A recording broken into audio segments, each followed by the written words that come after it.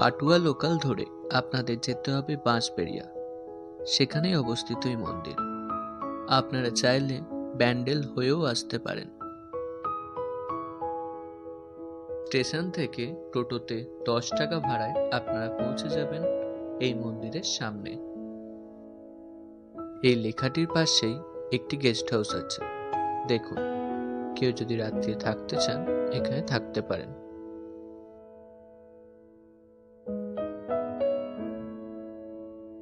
হাঁটা পথে এই দোকানটি দেখতে পাবেন। রাধাকৃষ্ণটা কি কিউট, তাই না?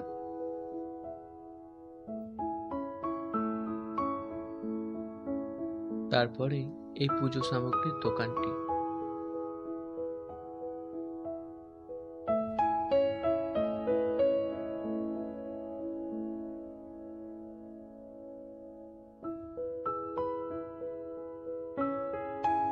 ওই তো মন্দিরটা দেখা যাচ্ছে। চলুন আরো আগে যাওয়া যাক।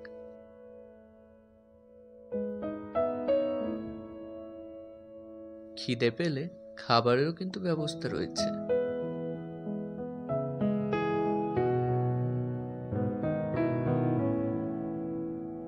এটি রাজবাড়ির একটি অংশ বিশেষ।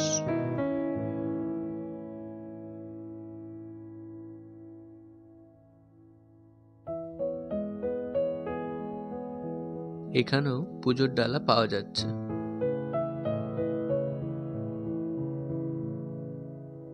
এখানে জুতো রেখে মন্দিরে প্রবেশ করুন।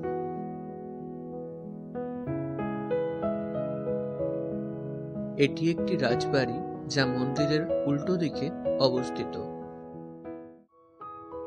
চলুন এবার মন্দিরে যাওয়া যাক।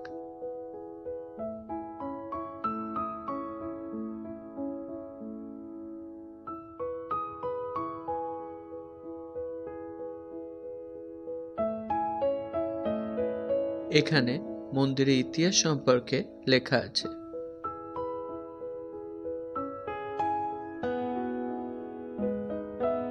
এই মন্দিরটি 1799 খ্রিস্টাব্দে রাজা নৃসিংহদেব তৈরি করা শুরু করেন, কিন্তু 1802 খ্রিস্টাব্দে তিনি মারা যান।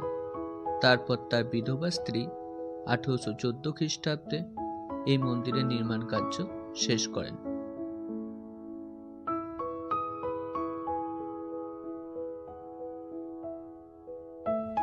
প্রতিদিন এই টাইমে মন্দির খোলা থাকে।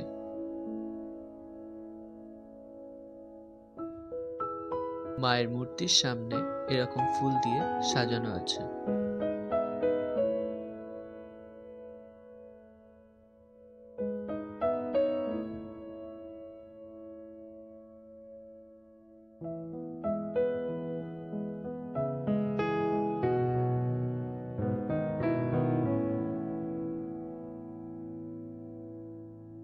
মূর্তির নিচের অংশ অর্থাৎ পদ্ম ফুলটি পাথর দ্বারা নির্মিত।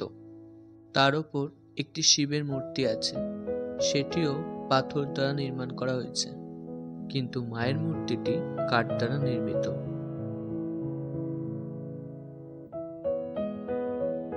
মন্দিরটা পুরো পরিক্রমণ করলে আপনারা আরো কিছু মূর্তি দেখতে পাবেন। এই দেখুন, মন্দিরে রাধাকৃষ্ণের মূর্তিও আছে।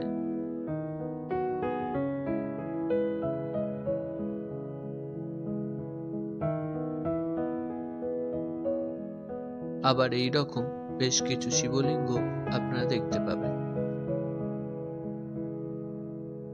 এটি মন্দিরের পিছনের অংশ।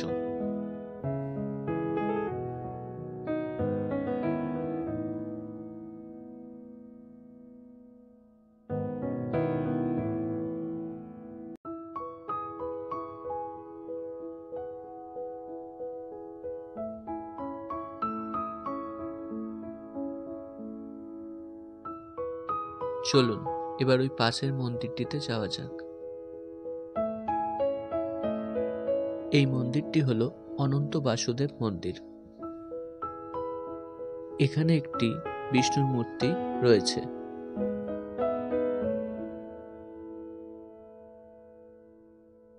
পুরো মন্দিরে আপনারা পোড়ামাটির টেরাকোটা শিল্প দেখতে পাবেন, যা দেখে আপনাদের বিষ্ণুপুরের কথা মনে পড়ে যাবে। চলুন আপনাদের পুরো মন্দিরটা ঘুরে দেখাই।